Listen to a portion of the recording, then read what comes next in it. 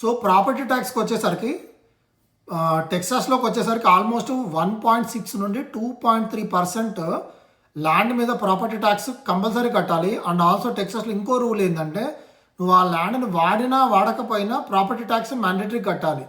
కానీ ఓక్లహోమాలోకి వచ్చేసరికి hardly 0.9% property tax ఉంది. అది కాకుండా ఓక్లహోమాలో నువ్వు ఆ ల్యాండ్ని ఏం చేయకుండా ప్లెయిన్గా అట్లా వదిలేస్తే నువ్వు ప్రాపర్టీ ట్యాక్స్ కట్టాల్సిన పని లేదు. అంటే ఆ 0.9% కూడా ప్రాపర్టీ ట్యాక్స్ కట్టాల్సిన అవసరం లేదు. ఇప్పుడు నువ్వు ఒక ఆ ల్యాండ్ని తీసుకొని దానిలో farming are some ranch something ఏదో ఒకటి యూజ్ చేస్తుంటే తప్ప ఈ ప్రాపర్టీ ట్యాక్స్ 0.9% కట్టే పని లేదు.